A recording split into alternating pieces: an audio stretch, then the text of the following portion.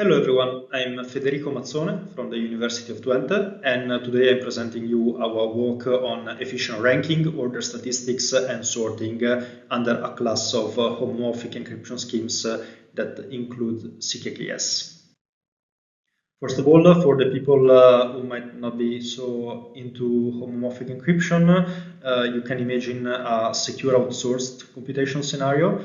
So you have a client and a server. The client has some data and they want to outsource some computation of this data on the cloud.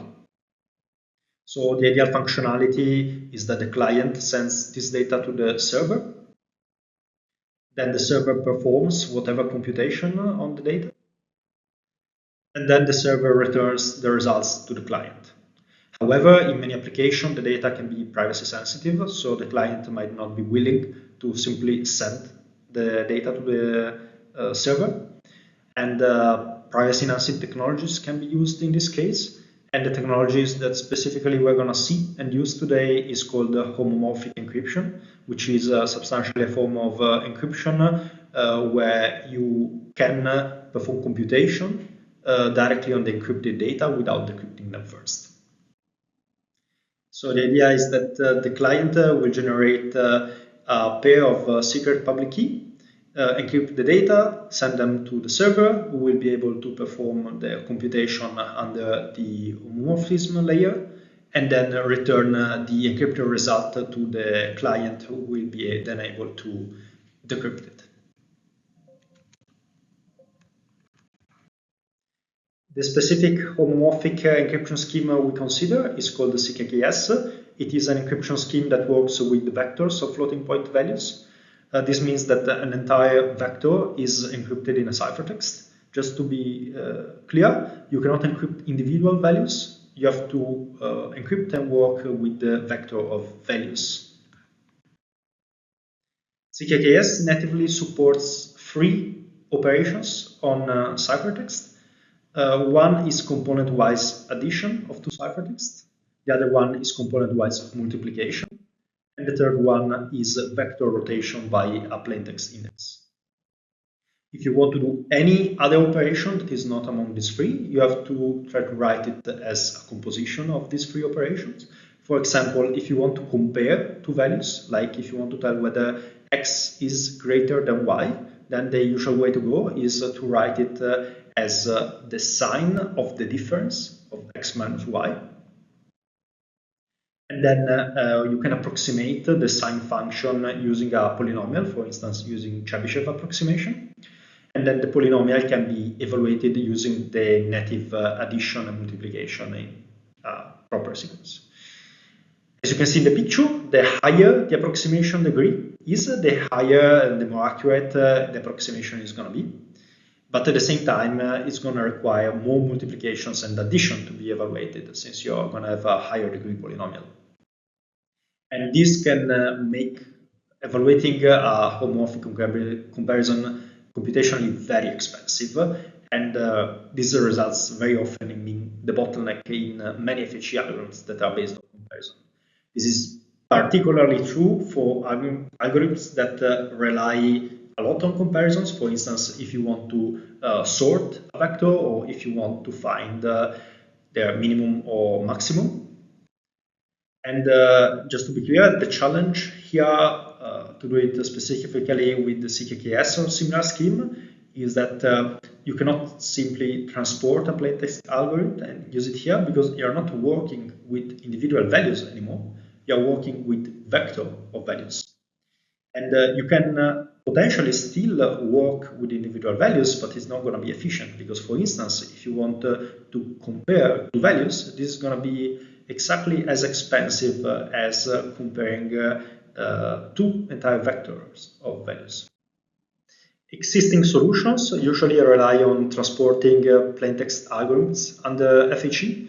For instance, for sorting algorithms, they take classic methods like merge sort, quick sort, or Pythonic sort, and they implement it under FHE. Their complexities are similar to their plaintext equivalent, but for how CKKS work, we are mainly interested in particular in the multiplicative depth of the circuit rather than the overall complexity, and we measure it in terms of comparison depth.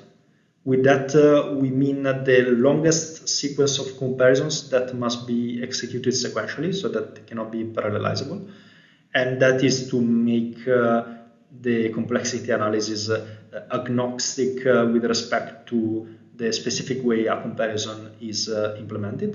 And as you can see, the state of the art for sorting at the moment is in the order of log square of n comparison depth. Our goal is to reduce the comparison depth for comparison-based algorithms under FHE. And specifically, in our work, we managed to design algorithms for ranking, extracting order statistics, and sorting vectors with a constant comparison depth. The main idea is to exploit the SIMD capabilities of CKKS, that is the capability of working on vectors component-wise, by taking the input vector, that in this case is x1, x2, x3, and transform it under encryption to generate two new encodings of the original vector. One where the vector is repeated as a whole, and the other where each value is repeated in blocks. Given these two encodings, now one single SIMD comparison between these two encodings will provide us with information about the comparison between all possible pairs of values in the input vector. How we do that in practice? First of all, I will give you a quick overview on how to work with encrypted matrices, since they will be quite handy in describing our approach. CKKS only works with vectors, as I already mentioned. So if you have a matrix, you have to encode it into a vector first. And the usual way to go here is to adopt a row-wise encoding, that is essentially taking the rows of the matrix and concatenating them one after the other. Then you can combine the CKKS native operations, in particular additions and rotations, to create some operations on matrices that are quite handy. Without going too much in details, given an encrypted matrix, you can sum its rows or its columns and store the results in the first row and column respectively. You can transpose a row vector into a column vector and vice versa. And given a row vector, you can replicate its values in the other rows, and similarly, given a column vector, you can replicate its values in the other columns. And you can implement all these operations on matrices recursively in such a way that they all require only log n additions and rotations. Now I'm going to show you the details on how we implemented the ranking algorithm, since this is substantially the core step that also works for the other two algorithms, that is order statistics and sorting. Given an input vector, in our case is 20, 30, 10, and 40, we want to compute the rank of each element, that is the position the element would have if the vector was sorted. The main strategy will be to count how many elements each element is bigger than. First of all, we encode the input vector as the first row of a null matrix. Then, as mentioned before, we create two re-encodings of the input vector. In the first re-encoding, where the vector is replicated as a whole, we can achieve this simply by using a replication over the rows. As for the second encoding, where each value is replicated in groups, we can achieve it by first transposing the original vector to a column and then using a replication by columns. Now, with one SIMD comparison, we get to compare all possible pairs in the original vector. For instance, if we look at the column, at the first column of the resulting matrix, we get to know that 20 is equal to itself. Therefore, we get a 0 to 5. That's its feature of the approximated comparison function. It is smaller than 30, so that we get 0.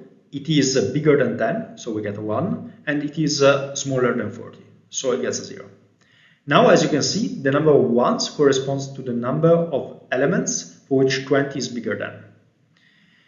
If you count these ones and you adjust for the missing 0.5, you exactly get the rank of 20 in the input vector. So that's what we are going to do. To count the number of ones, we can simply sum over the rows, and this can be done with one of the basic matrix operations. And what you get is the full ranking of the vector we were looking for. Now, given the ranking vector, we can do many things. For instance, let's say we want to extract an order statistics. Then let's say the last one, that is the maximum. Then to do that, you first compute the ranking indeed, and then you apply a so-called indicator function centered around 4. An indicator function around 4 will be a function that is valued 1 in a neighborhood of 4 and is valued 0 otherwise. You can approximate it similarly to the way we approximate the comparison function, and it will carry a similar cost. And then you apply this indicator function to the output of the ranking, and this will result in a one-hot encoding of the position of the maximum in this case. So it will be 0, 0, 0, 1 in our case. For sorting, it's not that much of a difference, in the sense that sorting is equivalent to extracting all n order statistics at the same time in the right order, meaning that you extract the first, second, third, and so on till the nth order statistic. This can be achieved in parallel without mentioning too much details here, but you can exploit the remaining slots in the matrix to parallelize the extraction. And it's going to come almost at the same cost of extracting one order statistic with very minor overhead. Limitation. So far, we have not talked about quite important aspect that is we have assumed so far that we had enough slots in one ciphertext to do all these operations. In particular, we have assumed that the number of elements in our vector was small enough so that we could fit the square of it in one ciphertext. In other words, we were assuming that the number of elements in the vector n was upper bounded by the square root of the number of slots.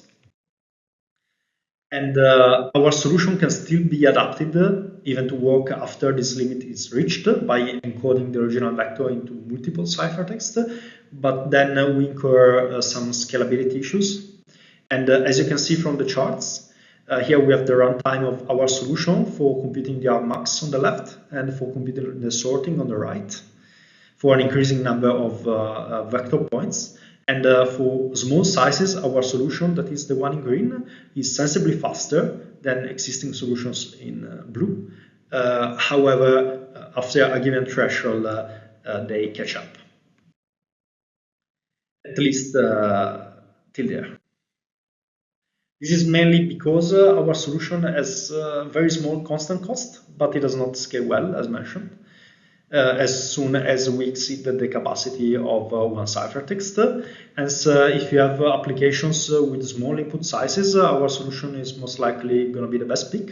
While if you need, for instance, to work with very large inputs, I don't know, like sorting databases with tens of thousands of elements, then the previous existing solution, like swap-based algorithms, then probably are going to be your best pick. As a side note, in case of multiple ciphertext, our solution is quite straightforward to parallelize since we have a constant comparison depth. So if you have a machine with many cores, or if you have, for instance, a GPU, then you can push the threshold for which our solution is still beneficial by quite a bit. We have found many applications, mainly in machine learning, where a solution like ours that is highly optimized for small inputs can be beneficial.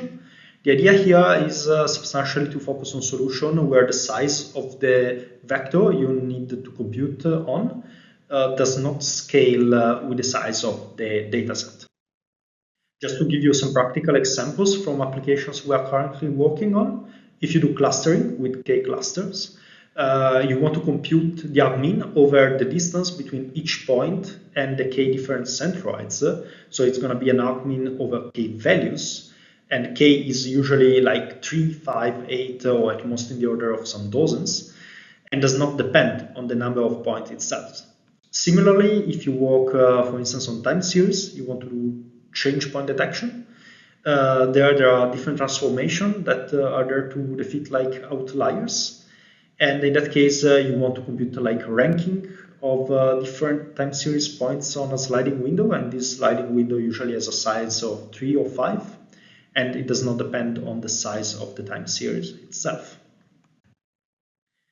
If you want to work together on some of these, or if you have any additional idea or any question, feel free to reach me out. Here you can find QR codes to download the paper or to have access to our repository on GitHub. So thank you very much for your attention.